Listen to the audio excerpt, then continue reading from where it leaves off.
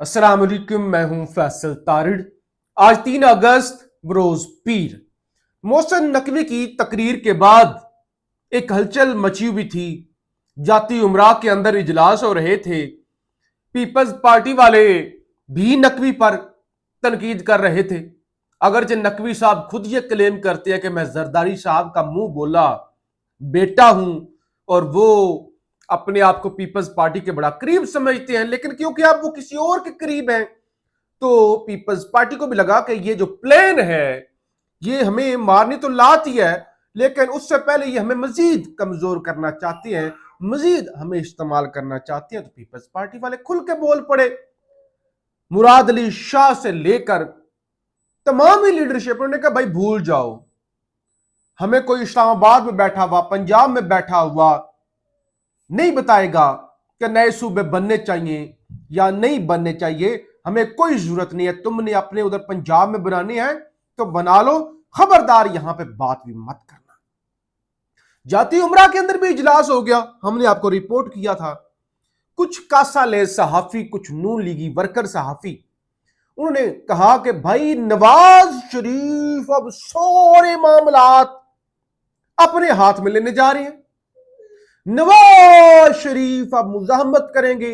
मैंने सिर्फ नवाज शरीफ कह दिया, उसके लिए माजरत। वो कहते हैं मियां मोहम्मद नवाज शरीफ साहब कहते हैं कि अब नहीं तो कब, अब मजीद या तो हम पछताएंगे या हमें जो है वो खड़ा होना होगा।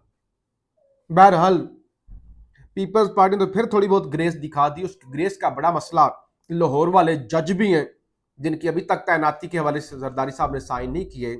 फिर ये आजाद कश्मीर वाला जो इलेक्शन हुआ है, पाकिस्तान की तारीख का बेहतरीन इलेक्शन, ऐसा इलेक्शन कि जिसके बाद आजाद कश्मीर के अंदर तरक्की होगी, जिसके बाद अमेरिका, बरतानिया या सो कार्ड ये जो मुल्क बने फिरते हैं और कहते हैं कि हमारे अंदर बड़ी जमहूरियत है, वो भी अपने मंदूब भेजेंगे आजाद कश्मीर के अंदर और वो पैटर्न अपनाएं जेन्युइन जमहूरियत वाला, फेयर इलेक्शन वाला।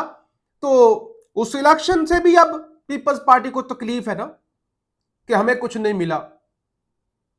गिलगित बल्तिस्तान में मिल गया, अब हर जगह पे आपको तो नहीं मिलना ना। बहरहाल छोड़ दें, इन सारी बातों को छोड़ दें। नून लीग जो कह रही थी कि मियां साहब फटने लगे हैं, एक तो मुलाकात हुई है मोहसिन नकवी साहब के साथ शहबाज शरीफ साहब की मॉडल टाउन में गुज़श्ता शब मुलाकात हुई है। और जाहिर है अगर आपको समझ रहा है कि गलत फहमियां दूर हो गई होंगी या कहा गया होगा कि वो ऐसे ही बयान दे दिया था या नकवी साहब ने अपने बयान की वजाहत की होगी, तो ऐसा नहीं है। अगर आज का हामिद मीर साहब का कॉलम पढ़ें, अंसार अब्बासी साहब का भी कॉलम मैंने पढ़ा, छोड़ दे, खैर उनको क्या ही पढ़ना, वो तो बिल्कुल ही टौटी वाला काम करते हैं। वो उसके अंदर कोई डेप्थ नहीं होती, कोई बात के अंदर कोई वजन नहीं होता। आप सुहेल वड़ाइश साहब का कॉलम पढ़े, उसके अंदर उन्होंने सारी कहानी बयान किया कि एस्टैब्लिशमेंट का प्लान क्या है। नई दुल्हन, उनका नई दुल्हन लाना चाहते हैं और ये शहबाज शरीफ को भी नाराज नहीं करना चाहते, इसलिए उन्हें पैगाम भेज रहे हैं कि बेहतर है बाइज्जत तरीके से आप खुद ही नई दुल्हन लेके आ जाएं, वरना बड़ा फैंटा लगेगा।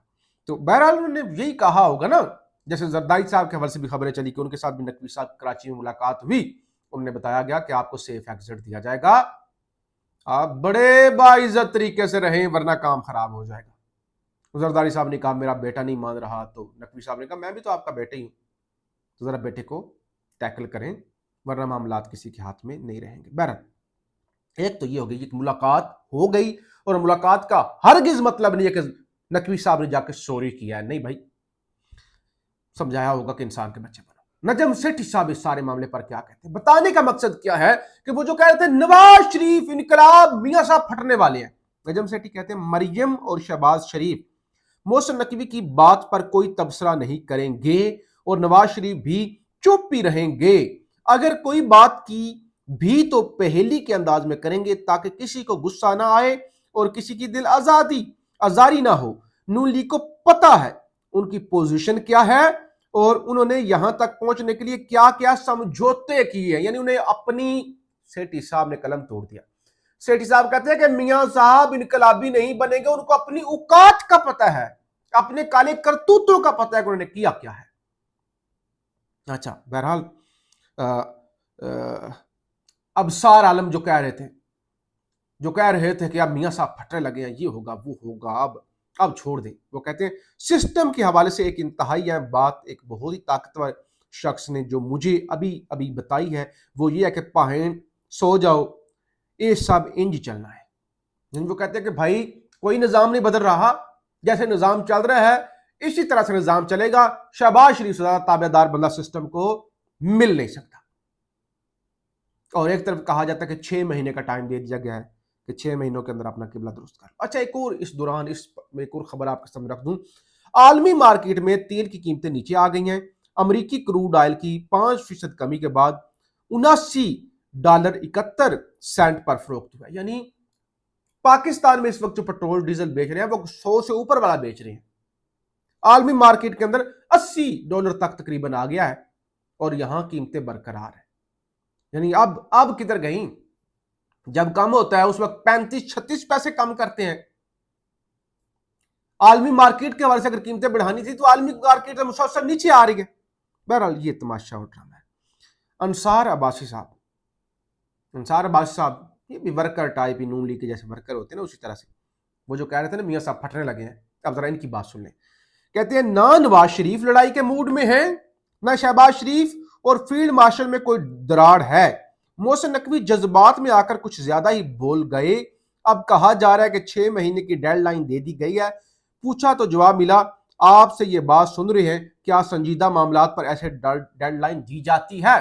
कोई कुछ भी नहीं है, कोई लड़ने मुड़ने के मूड में नहीं है, सब कुछ ठीक चल रहा है। लेकिन ख्वाजा आसिफ साहब को चोरी कहानी सुनाते हैं।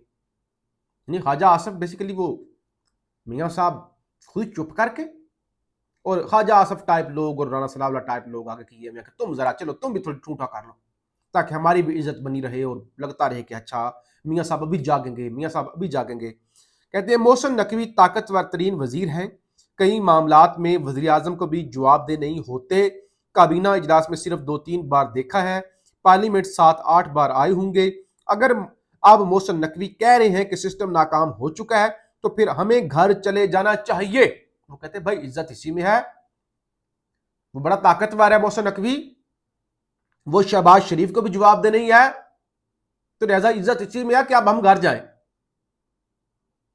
लेकिन बाकी कासा लैस कह रहे हैं कि भाई मरियम भी नहीं बोलेगी, शहबाज भी नहीं बोलेंगे। हमजा शहबाज वैसे टिकट कटवा के पाकिस्तान से निकल गए हैं। दूसरी तरफ अब एक और लतीफा सुन लें।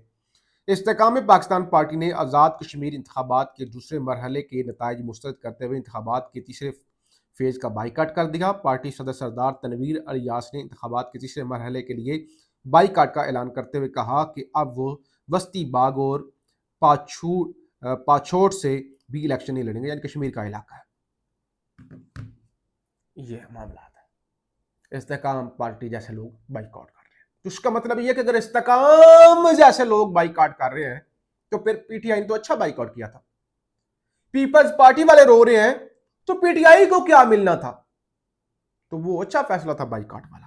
दूसरी तरफ वजीर दिफा ख्वाजा आसिफ ये भी कह रहे हैं कि हाँ नीम रजामंदी भी ना, हाँ नए सूबे बनाने हैं तो बना लें, नाम तब्दील ना करें कि ये पंजाब है या कोई और है या कोई और है, पंजाब को पंजाब ही रहने दें, उसके अंदर नए यूनिट बना लें, ये बस्ती है, ये सेंट्रल है, ये फलाना है, ये धमकाना है। तो आहिस्ता आहिस्ता नून लीग अपनी औकात के अंदर वापस आ रही है, क्योंकि उन्हें पता है कि सूरत हाल और हालत बड़ी टाइट होगी और इस दफ़ा डॉक्टर इदनान जो है ना, उनके जो मसाले हैं वो भी काम नहीं आएंगे। फीडबैक ज़रूर दीजिएगा। पाकिस्तान जिंदाबाद।